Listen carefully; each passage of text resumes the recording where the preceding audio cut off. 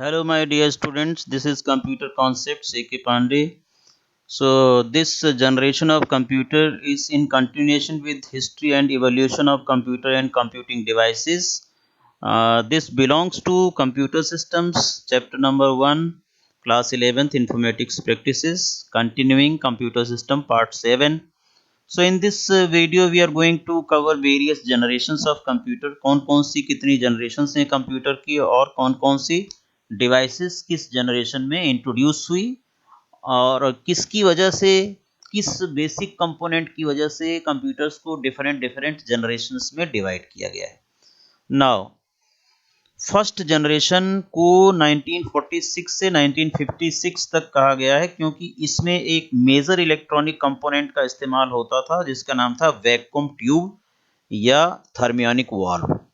Second generation is considered to be from 1957 to 1963। इसमें कई vacuum tubes की जगह एक ट्रांजिस्टर का इस्तेमाल किया गया। This is the new electronic component introduced and invented. Third generation को 1964 से 71 तक माना गया। यहाँ पर आईसीज इंटीग्रेटेड सर्किट्स इंट्रोड्यूस कर दी गई। फोर्थ जनरेशन 72 से 1980 तक, इसमें very large scale integrated circuits का इस्तेमाल हुआ, called as microprocessor VLSI। तो इंटीग्रेटेड सर्किट्स जिसे हम कहते हैं SSI, small scale integrated circuit, और लार्ज स्केल इंटीग्रेटेड सर्किट आपके थर्ड जनरेशन में आए जिसे हम SSI और LSI कहते हैं। Large scale integrated circuit, SSI का मतलब small scale integrated circuit. Fourth generation में आपको very large scale integrated circuit यानी कि बहुत सारे ट्रांजिस्टर्स, नंबर ऑफ ट्रांजिस्टर्स, अगर इसकी बात करूं कितने ट्रांजिस्टर्स फ्यूज किए गए थे एक उसमें, तो आप यहां से देख सकते हैं। मैं लास्ट वाली स्लाइड आपको दिखा देता हूं। From here you can identify, ये देखिए यहाँ पर कि SSI का मतलब स्मॉल स्केल इंटीग्रेटेड सर्किट 1964 में 1 से 10 ट्रांजिस्टर एक ही सर्किट के ऊपर डाल दिया गया, यानी एक आईसी चिप के ऊपर 10 ट्रांजिस्टर एक ही चिप के ऊपर डाल दिए गए। और मीडियम स्केल इंटीग्रेटेड सर्किट में 10 से 500 ट्रांजिस्टर लगे थे एक आईसी के ऊपर।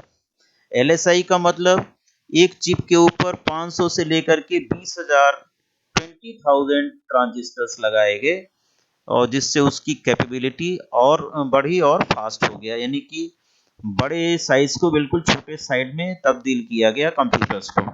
Very large scale integrated circuit 1980 में 20,000 से लेकर के 10 लाख ट्रांजिस्टर बहुत माइन्यूट साइज में इंटीग्रेटेड सर्किट्स माइक्रो प्रोसेसर्स पर लगाए गए। और ultra large scale integrated circuit 1984 में इंट्रोड्यूस हुआ जिसमें 10 लाख और उससे ज़्यादा भी ट्रांजिस्टर्स एक ही इंटीग्रेटेड सर्किट पर, एक ही माइक्रो प्रोसेसर चिप पर इंट्रोड्यूस किए गए।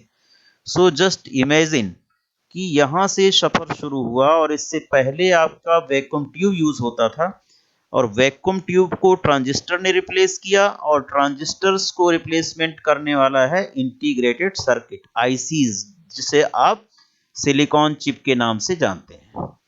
तो that was a tremendous invention just to make our computers compact which we are using nowadays। तो इस तरह से हमारे जनरेशन ऑफ कंप्यूटर्स को इन इलेक्ट्रॉनिक कंपोनेंट के आधार पर, इसके बेसिस पर 5 जनरेशन्स में डिवाइड किया गया है।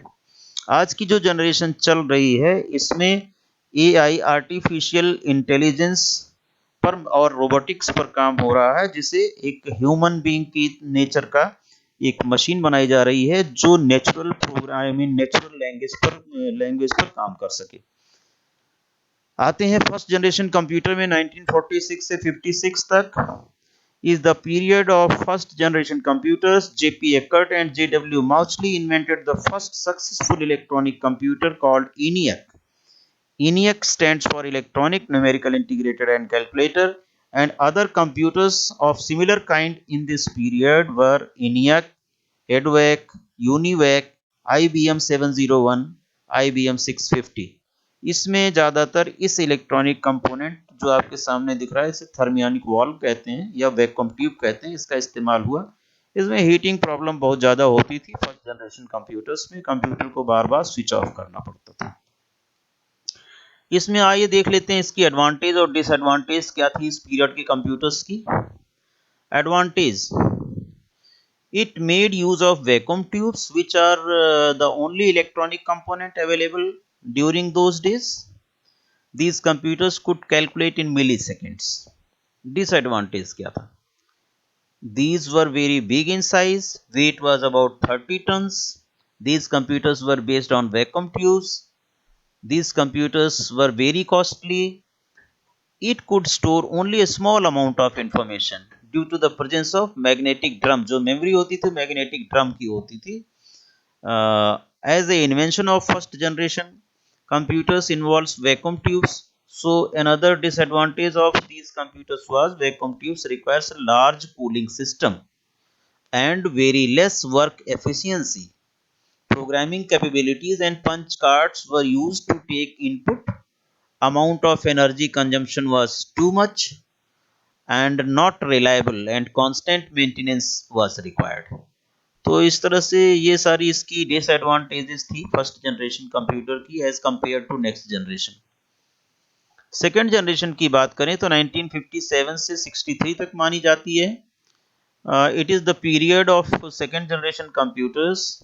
इस जनरेशन के जो कंप्यूटर्स थे वो ट्रांजिस्टर पर बेस्ड थे। एक ये आप देख रहे हैं 3 लेग्स का ये डिवाइस ट्रांजिस्टर्स, जिसने कई वैक्यूम ट्यूब्स को, अभी मैंने आपको दिखाया था वहां पर 20 से 40 वैक्यूम ट्यूब्स की जगह पर एक ट्रांजिस्टर काम करने लगा। So obviously the size of the computer became more compact and small due to the introduction of this component, electronic component, transistor.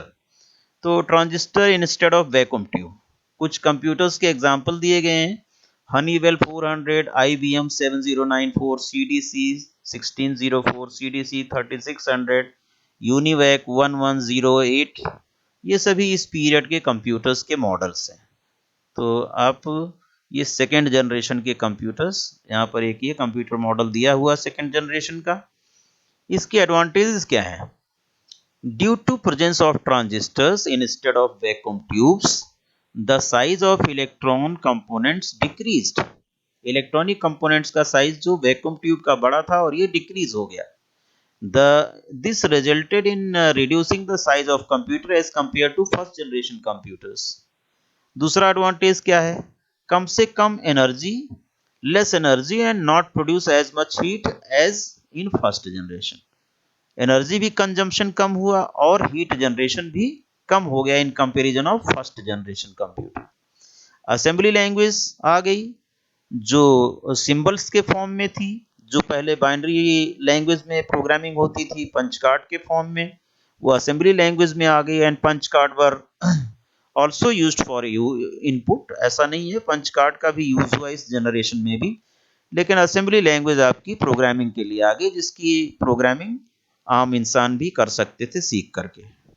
उसके लिए बाइनरी लैंग्वेज में प्रोग्रामिंग करना that was not I mean easy task, that was the task of some specialist only. Low cost than first generation computer, obviously cost भी कम हुई, better speed, calculate data in microsecond, millisecond से microsecond आ गया। मिली second में 1000, एक second में 1000 मिली second होते हैं और एक सेकेंड में 10 to the power 6 microseconds होते हैं। सो 10 टू पावर 6 को आप करेंगे तो लगभग 10 लाख हो गया आपका। Better portability as compare to first generation, इसे पोर्टेबल कंप्यूटर ही बने इस जनरेशन में। डिसएडवांटेज क्या है? Cooling system was required, AC वगैरह जरूरत पड़ेगी। कांस्टेंट मेंटेनेंस वाज रिक्वायर्ड, ये भी ऑफ हो जाते थे, इसमें भी प्रॉब्लम थी हीट अप होने की। But as compare to first generation कम हीट प्रोड्यूस होती थी, only used for specific purposes. Now third generation आपके सामने आ गई, इसको 64 से 71 तक माना गया है, जबकि सिलिकॉन चिप्स आ गई, इंटीग्रेटेड सर्किट्स जिसे कहते हैं। 1961 64 to 71 is the period of third generation computer. These computers were based on integrated circuits, that is ICs, and IC was invented by Robert Noyce and Jack Kilby in 1958 to 59. IC was the single component containing number of transistors on it. इस पर बड़े minute form में ये जो आपके सामने IC दिख रही है, number of legs are there, तो इसके ऊपर, इस सिलिकॉन चिप के ऊपर बहुत सारे स्मॉल माइन्यूट ट्रांजिस्टर्स को फ्यूज किया गया। सो नंबर ऑफ ट्रांजिस्टर्स जितने थे उसको जो है एक आईसी के ऊपर फ्यूज कर देना, that was a tremendous task and tremendous device, tremendous component introduced in those days, so that the size of the computer still minimized. Few examples are PDP-8, PDP-11, ICL 2900, IBM 360, IBM 370। ये सभी computers इस जमाने के हैं, third generation computer के हैं। तो ये आपके सामने कुछ कंप्यूटर, ये IBM का कंप्यूटर है। इस तरह के कंप्यूटर्स ड्राइव सिस्टम वाले होते थे, IBM मशीन है ये। अब इसकी एडवांटेजेस और डिसएडवांटेजेस देख लेते हैं। These computers were cheaper as compared to second generation computers. They were fast and reliable. Use of IC in computers provides the small size of computer. IC not only reduce the size of computer, but it also improves the performance of the computer as compared to previous generation computers. This generation of computers has big storage capacity. Instead of punch card, mouse and keyboard are also used for input. Third generation में आपका mouse और keyboard भी introduce कर दिया गया, not only punch card for input purpose. So they used an operating system for better resource management and used the concept of time sharing and multiple programming. These computers reduced the computational time from microseconds to nanoseconds. So obviously these computers became much faster in comparison of previous generation computers. So IC और disadvantage देख लेते हैं इसकी। IC chips are difficult to maintain. The highly sophisticated technology required for the manufacturing of IC chips. इसकी chips को manufacture करना, that was a little tedious. Air conditioning was required. So this is advantage and disadvantage of third generation computer. Now we come to fourth generation, 1971 to 1980.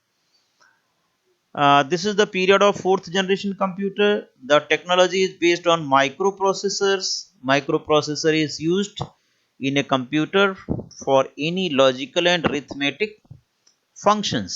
जिसे हम CPU कहते हैं, CPU के अंदर आपका माइक्रो कंट्रोलर, जिसे आप CU कंट्रोल यूनिट कहते हैं, और ALU arithmetic functions to be performed in any program. Graphical user interface GUI window like feature technology was also exploited to offer more comfort to the users. यानी Windows का introduction, mouse pointer का introduction और GUI feature software में भी, operating system में भी ये introduce हुआ। और this has introduced such computers that has become very easy to handle for a layman, because pointing device mouse and this GUI feature, इसकी वजह से आपका कंप्यूटर का ऑपरेशन बहुत ज़्यादा सिंपल और इजी हो जाता है। कोई भी बहुत जल्दी ही सीख लेता है how to operate the computer. Few examples of this period of computers are IBM 4341, DEC 10, Star 1000, PUP 11 and many more. This is microprocessor, आपका जो इंटेल का microprocessor, and such computers were introduced in this period. Fourth generation computers में advantages क्या है?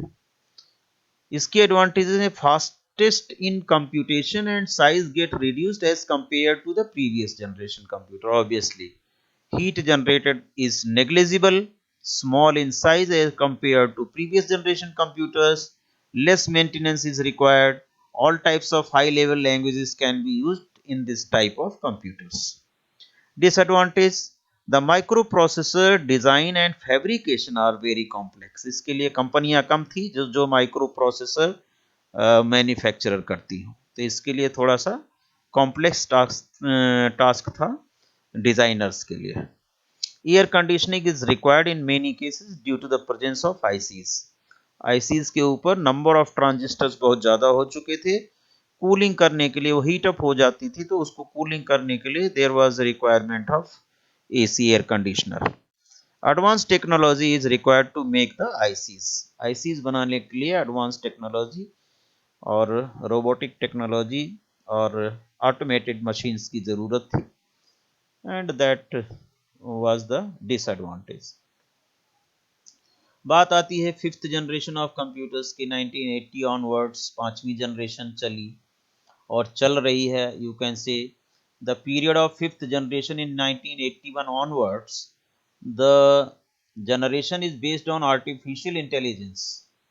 The aim of fifth generation is to make a device which could respond to natural language input and are capable of learning and self organization. ऐसी devices की जरूरत है fifth generation में जो natural language पर process हो सके, जो हम इनपुट देते हैं उसका जो आउटपुट आता है उस आउटपुट से वो कुछ सीख सके फ्यूचर के लिए, फ्यूचर डिसीजंस के लिए, फ्यूचर कंट्रोल के लिए, उसकी कैपेबिलिटी बढ़े, उसका इंटेलिजेंस बढ़े, वो सेल्फ लर्न कर सके। जैसे एक आम इंसान सीख सकता है किसी चीज के बारे में, बहुत सारे पैटर्न्स को अपने अंदर स्टोर कर सके, उन पैटर्न्स को आसानी से नया पैटर्न जो सामने आता है उससे कंपेयर कर सके। इस तरह की टेक्नोलॉजी की जरूरत थी और इसके लिए बहुत ही फास्टेस्ट डिवाइसेस और कंप्यूटर्स की जरूरत थी। तो इसीलिए यहाँ पर इन्होंने क्या किया, ultra large scale integrated circuit का इस्तेमाल किया इस टेक्नोलॉजी में। Ultra large scale integrated circuit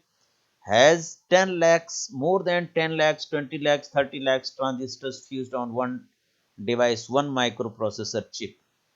ठीक है, resulting in the production of microprocessor chips having 10 millions electronic components on it. तो उससे उसकी जो कंप्यूटिंग पावर है, उसकी जो स्पीड है, वो सारी जो है इंक्रीज होगी, क्योंकि इस तरह के डिसीजन, जिस तरह की डिवाइसेस हम एक्सपेक्ट कर रहे हैं, इस तरह के इस लेवल के डिसीजन कंट्रोल करने के लिए, इस लेवल के डिसीजन लेने के लिए नंबर ऑफ पैटर्न्स और huge amount of big data store करने के लिए हमें ऐसी मेमोरी और ऐसी डिवाइसेस की ज़रूरत है जो बहुत ज़्यादा फास्ट कैलकुलेशन कर सकें। और तो इस पीरियड में आपके बहुत सारे desktop, laptop, notebook, ultrabook, mobile phone, touch technology, Chromebook and many more other devices have been introduced. यहाँ पर इस पीरियड में एआई पर काम चल रहा है, रोबोटिक्स टेक्नोलॉजी पर काम चल रहा है, and a number of scientists and mathematicians and computer professionals are working on AI, artificial intelligence, to introduce new softwares, new devices, new machines, just like human being, having same nature as human being, to take the decision, to learn it, and to take some input, take out the expected output, and to learn something from given output also, and those patterns could be implemented in taking the further decisions on other objects. इस तरह के devices की खोज चल रही है और बहुत सारी डिवाइसेस इंट्रोड्यूस भी की जा चुकी हैं। तो this is what fifth generation computer. इसके बाद मैं आपको फिफ्थ जनरेशन कंप्यूटर की एडवांटेज बता देता हूँ। It is more reliable and work faster. It is available in different sizes and unique features. It provides computers with more user-friendly interfaces with multimedia features. Disadvantage: they need very low-level languages. They make they may make the human brains dull and doomed. तो इस तरह का disadvantage है कि आज के बाद अगर आपको जो है बिल्कुल ह्यूमन बीइंग की तरह कोई डिवाइस आ जाता है तो ह्यूमन बीइंग को सोचने का मौका ना मिले और उसकी जगह पर दूसरे जो डिवाइसेस इंट्रोड्यूस हुई हैं वो काम करें, ये इसका ड्रॉबैक हो सकता है। और मैं आपको ये जनरेशन अभी मैं बता ही चुका कि जब ये इंटीग्रेटेड सर्किट्स आपकी इंट्रोड्यूस हुई हैं 1964 में, 1 से 10 ट्रांजिस्टर जो है एक ही आईसी पर लगाया जाता था। मीडियम स्केल इंटीग्रेटेड सर्किट में 1968 में 10 to 500 transistors were fused on one micro processor chip, I mean integrated circuit. LSI large scale integrated circuits में 1971 में इंट्रोड्यूस किया और 500 to 20,000 transistors were fabricated on one IC VLSI में 1980 में introduce हुआ। 20,000 to 10 lakhs of transistors were fabricated and fused on one integrated circuit. Similarly ये आपका ultra large scale integrated circuit 1984 में बना, जिसमें 10 लाख ट्रांजिस्टर और उससे ऊपर भी काफ़ी मिलियंस ऑफ ट्रांजिस्टर्स एक ही आईसी और एक ही माइक्रो प्रोसेसर चिप के ऊपर फैब्रिकेट किए गए। And more inventions and studies in this field are still going on. So that's all about this video, that is generation of computer. If you are new to the channel, please subscribe the channel for latest videos, and if you have any queries, please write in the comment box. Please share the videos with your friends also, so that they can also be benefited from it. Thank you for watching.